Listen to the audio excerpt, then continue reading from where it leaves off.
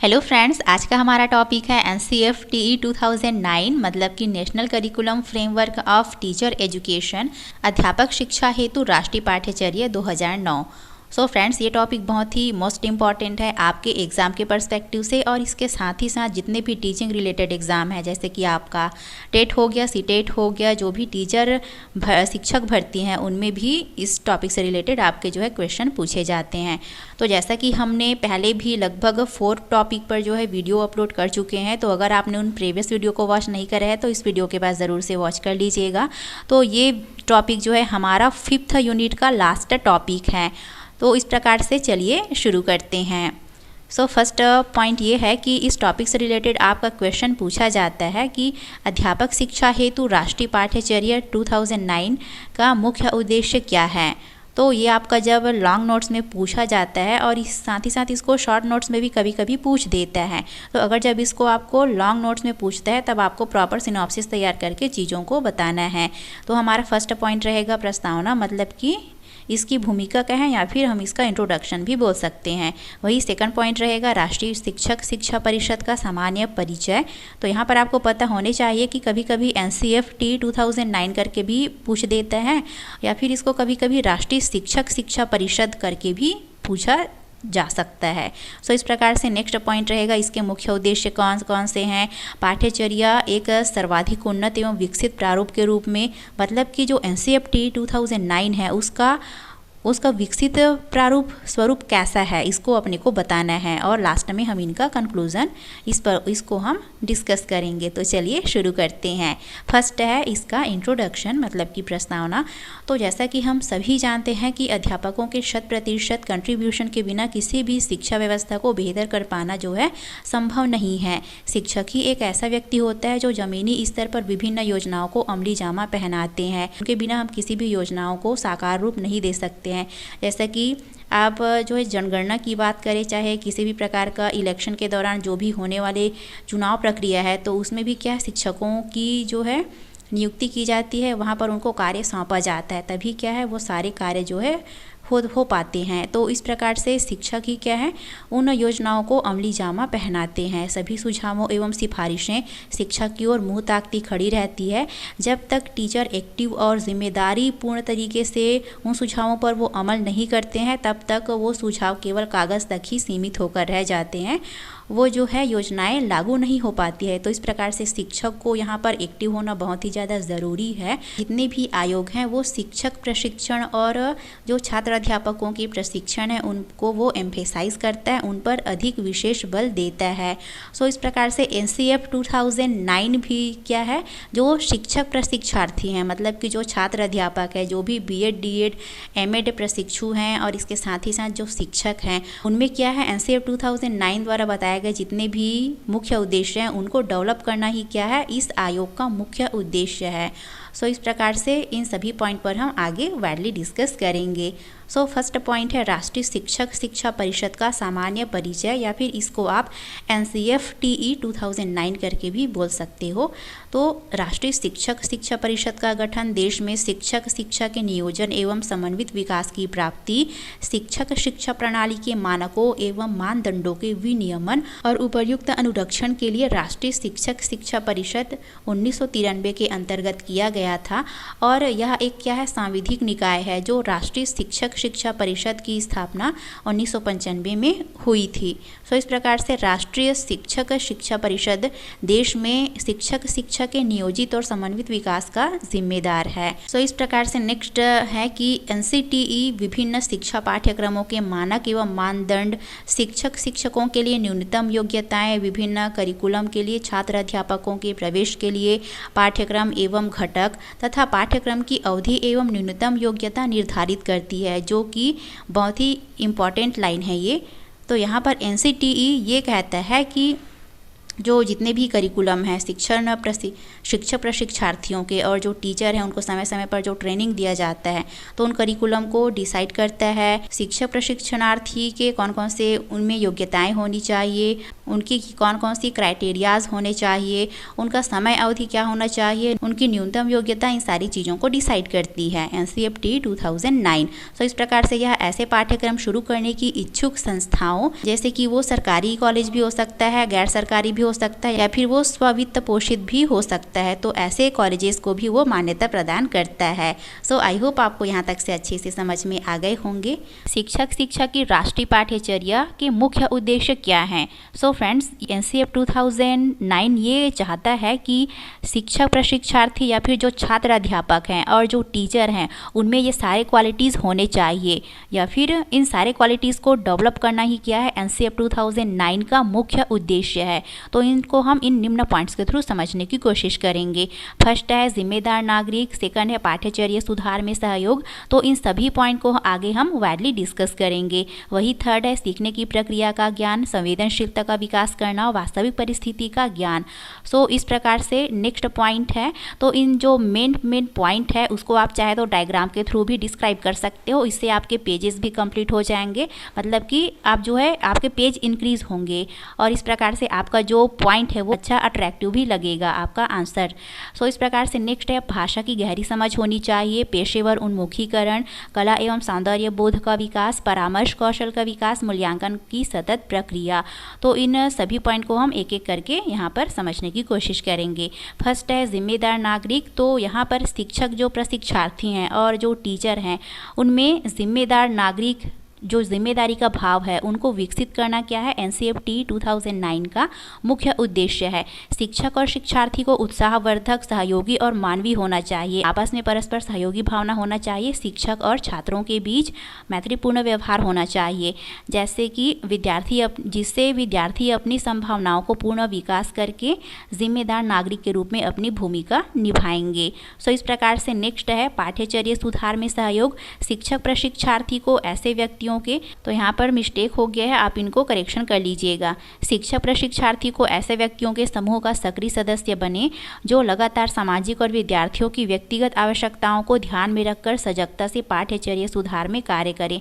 मतलब कि यहाँ पर टीचर को और जो छात्र अध्यापक हैं उनको एक्टिव रहने को कहा गया है, जो लगातार सोशल और इंडिविजुअली वर्क करे, वो बच्चों की जो व्यक्तिगत इंडिविजुअल नीड्स है उनको ध्यान में रखे करके, और इस प्रकार से वो उन्हीं के अकॉर्डिंग करिकुलम में सुधार कार्य कर सके करके। सो नेक्स्ट पॉइंट है सीखने की प्रक्रिया का ज्ञान। शिक्षक प्रशिक्षार्थी को सीखने के विषय में ज्ञान होना चाहिए। सीखना किस प्रकार होता है इसकी समझ उसमें हो और उसके अनुकूल माहौल बनाएं। ज्ञान को व्यक्तिगत अनुभव के रूप में समझें जो सीखने सिखाने के अनुभव के रूप में प्राप्त किया जाता है, ना कि पाठ्य पुस्तकों के बाह्य यथार्थ के रूप में।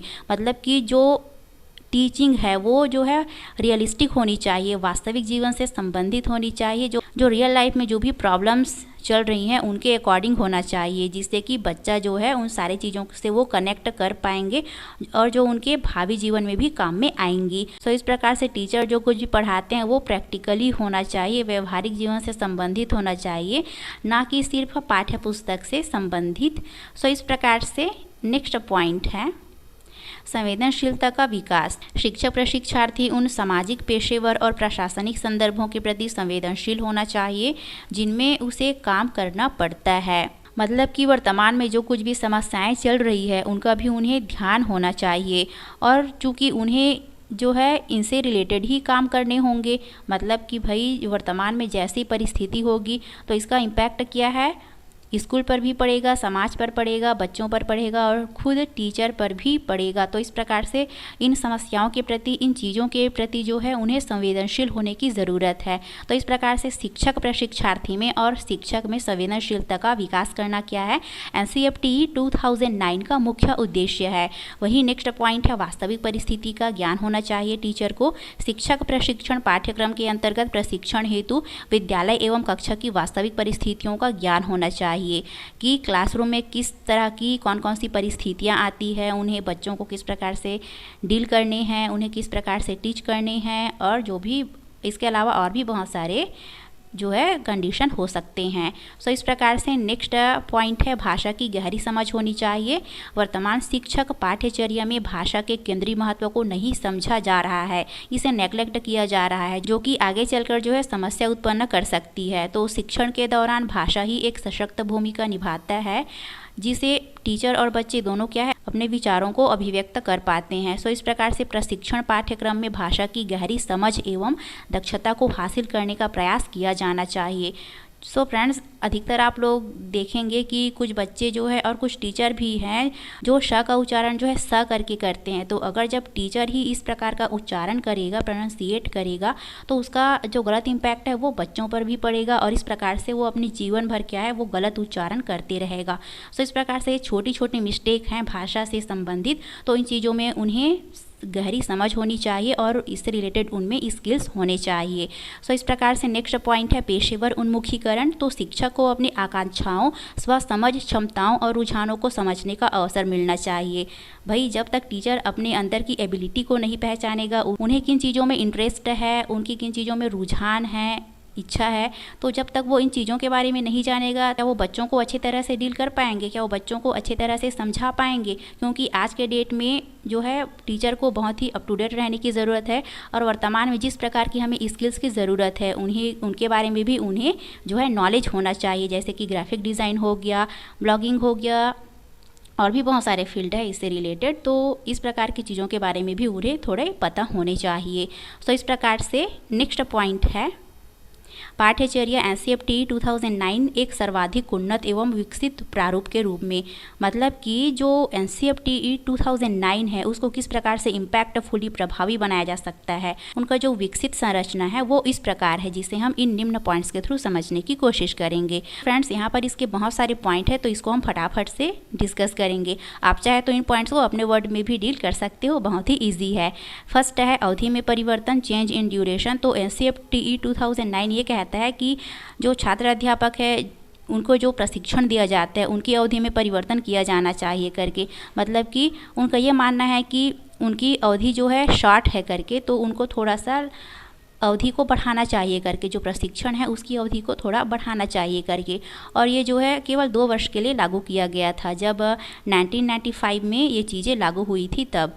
तो इस प्रकार से नेक्स्ट पॉइंट है विद्यालय परिवेश के साथ समन्वय, मतलब कि जो छात्र अध्यापक हैं और जो शिक्षक हैं उनमें विद्यालय परिवेश के साथ समन्वय स्थापित करना भी होना चाहिए, क्योंकि स्कूल में कई प्रकार के एक्टिविटीज़ होते हैं तो उनका संपादन भी करना पड़ता है और उन्हें संचालन भी करना पड़ता है। तो इसलिए क्या है एनसीईआरटी 2009 ये चाहता है कि विद्यालय परिवेश के साथ समन्वय स्थापित हो छात्र अध्यापक और टीचरों में। सो इस प्रकार से नेक्स्ट पॉइंट है विश्वविद्यालय से संबंध। तो इस दस्तावेज में स्पष्ट रूप से ये कहा गया है कि शिक्षक शिक्षा के जो जितने भी करिकुलम है, जैसे कि डीएड बीएड हो गया, एमएड हो गया, बीएलएड हो गया इत्यादि को जो संबंधित विश्वविद्यालय है उनके साथ संबद्ध करना चाहिए करके, क्योंकि शिक्षक शिक्षा, तो यहाँ पर शिक्षक शिक्षा इन द सेंस की जो प्रशिक्षण मिलता है हमें बीएड डीएड के दौरान, एमएड करने के दौरान, उससे रिलेटेड है। चूँकि तो ये जो शिक्षक शिक्षा है वो क्या है उच्च शिक्षा का विषय है, इसलिए इसे विश्वविद्यालय के साथ संबद्ध होना चाहिए। सो इस प्रकार से नेक्स्ट पॉइंट है भाषा दक्षता समझ पर बल। तो जैसा कि अभी हमने पहले डिस्कस करा कि भाषा दक्षता समझ पर बल दिया जाना चाहिए छात्र अध्यापकों में, शिक्षक शिक्षार्थी में। वही नेक्स्ट पॉइंट है गुणात्मक मूल्यांकन पर बल। तो जो इवैल्यूएशन है वो सिर्फ क्वांटिटेटिव नहीं होना चाहिए बल्कि उसमें क्वालिटेटिव मूल्यांकन होना चाहिए।